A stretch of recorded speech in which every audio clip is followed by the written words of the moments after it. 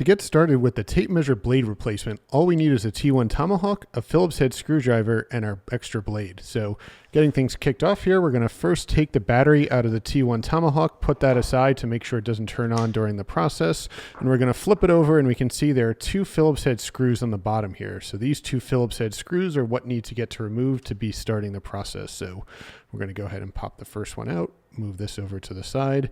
Make sure to put these aside. This is all going to be reassembled afterwards, so we want to make sure we don't lose them. Pull out the second Phillips head screw. Put this over here.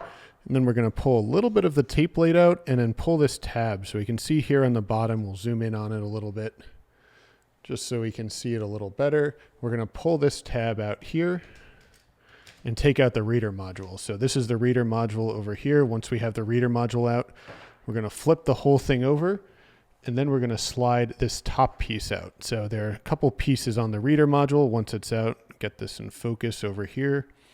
Pull this piece slides straight out. That's the first piece. Put that to the side. Second piece is this black tab over here covering the tape. We're going to flick this off. Put that to the side, and then just bending the tape measure blade a little bit allows us to remove the rest of the reader module. So we'll go ahead and put this aside as it's not needed in this step. So once we have the reader module out, you'll see the front of the tape measure blade completely open. And what we're going to do now is extend the tape blade out until we get to the very end and lock it in place. So we'll go ahead and fast forward through this part.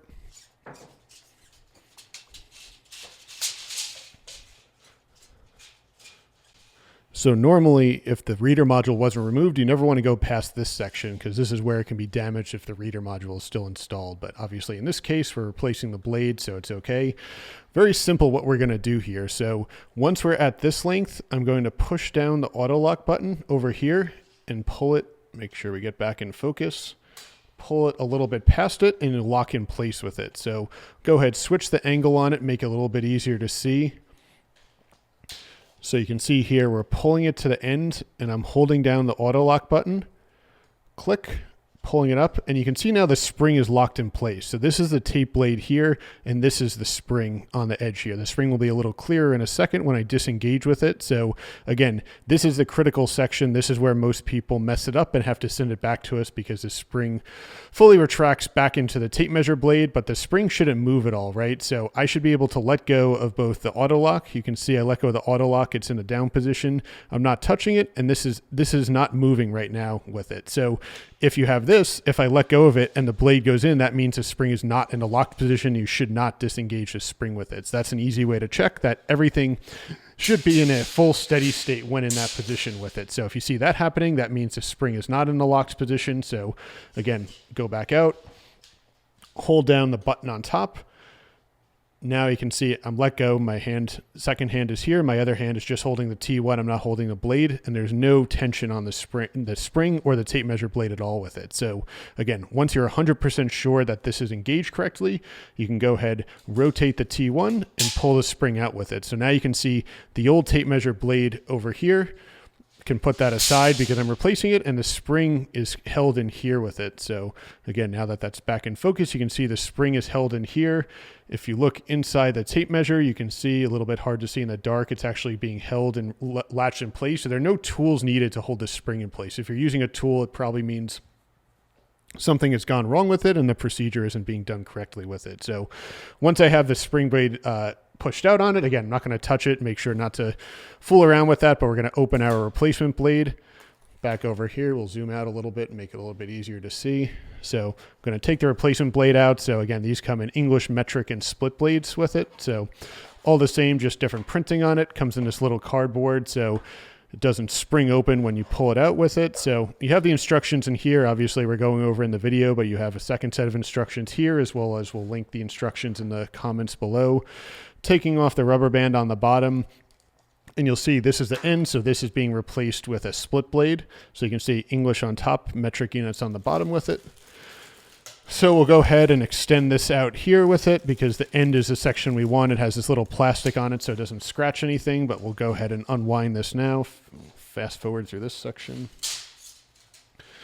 You don't want to throw this out just because, it might be a fun way to, throw the grenade pin on it, but that's an easy way to get something scratched, damaged, or bent, which is obviously something that would make the need to replace a tape measure silly and just need a secondary blade. So, take your time to unroll this, and we'll go ahead, continue to spool this out here, another 100 inches, couple feet here at the end. And there we go. So now that we're at the end, we have our new blade over here with it. And again, very, very simple. All we're going to do is, again, from the bottom. So again, new blade is on top. T1 is on the bottom. I'm going to feed this through. And again, this is something I want to do in a smooth motion. So again, we'll zoom in on that and repeat it again just to make it a little bit easier to see. So when it's in the final position, spring should be on top, tape measure blade on the bottom. Try to focus in on that a little bit more here for a second. Let's see, there we go. So again, just to repeat the process back, again, not touching the auto lock, not touching anything else with it, spring held in place. You can see right here, so this is the hole that the spring is going to go into with it. Lock the focus in on there just to make it a little bit easier to see. There we go. So we have this. This is our spring over here.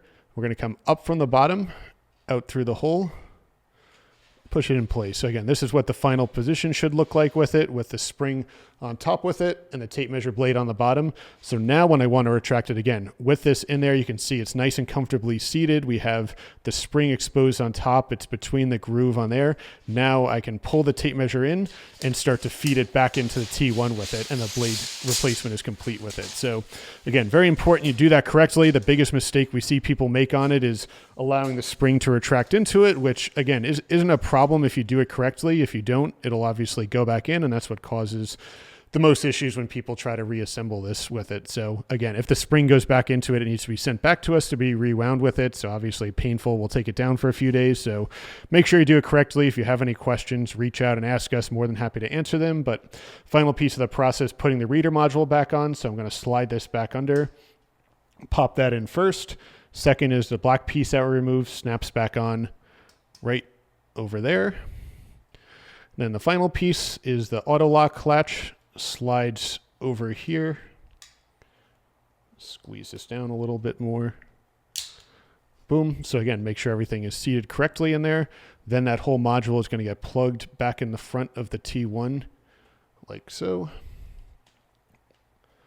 Yellow piece pushes all the way down. We put the 2 screws in and we're back in business. So again, very, very simple, straightforward process, obviously sped up. And if we weren't explaining this generally takes anywhere from 2 to 5 minutes to do with it, but very straightforward, very easy to do. And again, not a high risk of retracting the spring in unless you do it quickly and make sure the spring is not locked in the final position. So any doubt in your mind, just let it go back in, send us an email. More than happy to walk through together with it, but really want to make sure that that's done correctly with it. So once that's replaced, everything's back in business. The front of the tape, we want to make sure is nice and flush. The screws should be flush. Don't over tighten them.